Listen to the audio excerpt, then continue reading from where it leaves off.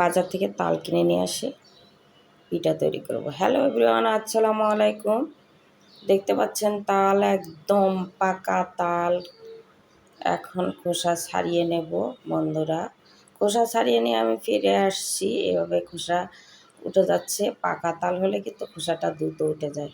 তো খোসা উঠিয়ে নিয়ে আমি তালগুলা এভাবে সুন্দর করে ভেঙে নিচ্ছি। দেখুন কত সুন্দর, একদম রসে ভরা।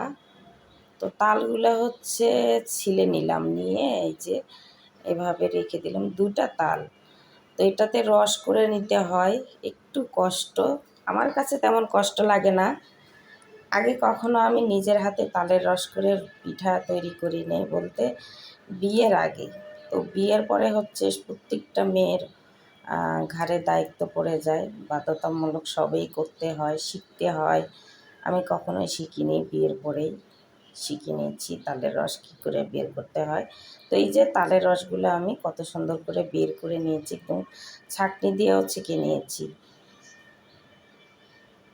দেখুন এভাবে। এখন আমি চুলায় দিয়ে দিলাম গরম করতে, বলতে কি একদম চুলে দেওয়ার পরে একটু পাতলা পাতলা হয়েছে, এটা আবার ঘন হয়ে আসবে। আমি এখনই পিঠা তৈরি করে দেখাবো এই তালের রস দিয়ে। তো প্রায় ঘন হয়ে আসছে। আমি পিঠা তৈরি করব। পাত্রের মধ্যে চিনি নিয়ে নিয়েছি, আমি এখানে সামান্য চিনি নিয়েছি। আর এই যে ফুটান্ত রসগুলো দিয়ে নিয়েছি, আপনাদের দেখাইলাম। 1 চামচ দিয়ে এর আগে আমি নিয়েছি। এখানে আটা বা ময়দা আপনি মিশাল করে এখন তৈরি করতে পারেন পিঠা। আমি এটাকে সুন্দর করে তৈরি করে নিয়ে পিঠা তৈরি করব।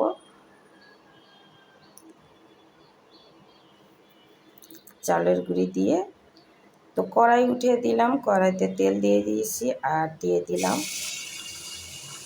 তালের রস দিয়ে, চালের গুঁড়ি দিয়ে পিঠা তৈরি করে নেব। এই যে কত সুন্দর ফুলে উঠেছে, মানে আমি এতটা খুশি হয়েছি। পিঠা যেমনই হোক না কেন, স্বাদ লাগলেই হয়েছে আমার কাছে। আমার খেতে ইচ্ছে করছিল তালের পিঠা, তো তৈরি করে নিচ্ছি তালের পিঠা। প্রথম পিঠাটা একটু অন্যরকম হয়ে গেছে, তবে সুন্দর হবে। আরেকটা পিঠাও দিয়ে দিয়েছি। এই যে দেখুন সুন্দর কিন্তু কালার আসছে। তালের পিঠা আমার খুবই প্রিয়। এই পিঠাটা খেতে অনেক নরম হয়, এই জন্য বেশি প্রিয় আমার কাছে। এক এক করে পিঠাগুলো তৈরি করে নিলাম আমি।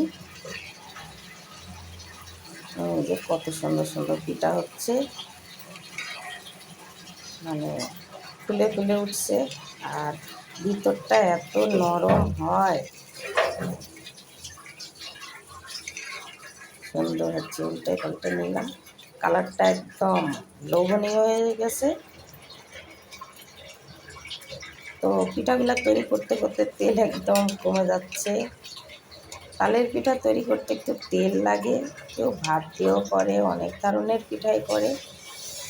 এর আগে আমি তালের পিঠা তৈরি করেছিলাম ভাত দিয়ে, ভিডিওটা দেওয়া আছে, কেউ দেখে শিখে নিতে পারেন।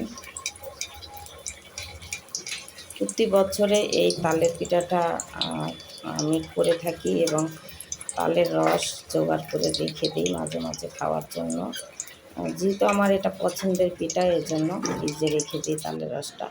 তো এই যে বন্ধুরা, তৈরি হয়ে গেল আমার শখের তালের পিঠা। খুবই খেতে ইচ্ছে করছিল। আপনারাও আশা করি এভাবে তৈরি করে খাবেন, কোনোই খাটনি নেই। যারা নতুন আছেন তারা শিখে নিতে পারেন। ধন্যবাদ, আল্লাহ হাফিজ।